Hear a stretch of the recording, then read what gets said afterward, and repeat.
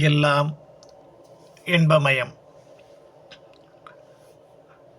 சென்ற ஒரு எபிசோடிலே கோவிலுக்கு எவ்வாறு செல்ல வேண்டும் என்பதை பற்றி சில குறிப்புகளை தந்தோம். இப்பொழுது நாம் சற்று அடுத்த ஒரு படிக்கு போகிற பொழுது என்ன வேண்டுதல் செய்ய வேண்டும், எப்படி வேண்டுதல் செய்ய வேண்டும், தெய்வத்தின் முன்னாலே நாம் போய் நிற்கிற போது வணங்குகிறது 1008 பிரச்சனைகளை கொண்டு போகிறோம். எது முக்கியமானது என்றதை பற்றி நாம் அந்த இடத்துல கோட்டை விட்டுருவோம். அதனால் கோயிலுக்கு போவதற்கு முன்னாலேயே நாம் ஒரே ஒரு காரியத்தை மாத்திரம் வேண்டணும்.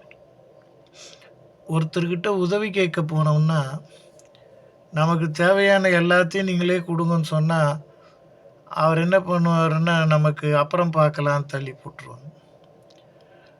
இது போலத்தான் தெய்வமும் கூட நாம் வேண்டுவது நமக்கு அத்தியாவசியமாக இருக்கணும்.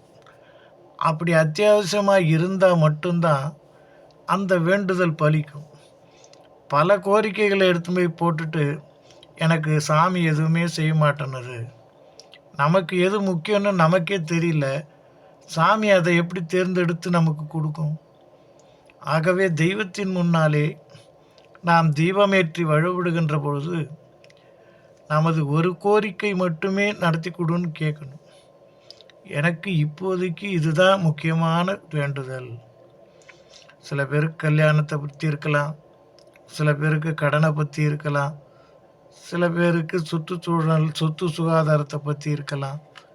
எது எப்படி இருந்தாலும் வேண்டுதல்ங்கிற பொழுது அழுத்தம் திருத்தமாக முழு மனதோட ஒரே ஒரு விஷயத்தை மாத்திரம் சொல்லி வேண்டணும். அப்போ தான் நம்ம மனநிலை ஒரு நிலையாக நிற்கும். சொல்லக்கூடிய அந்த வேண்டுதலுக்கு அதீத ப்ரெஷர் கொடுக்க முடியும்.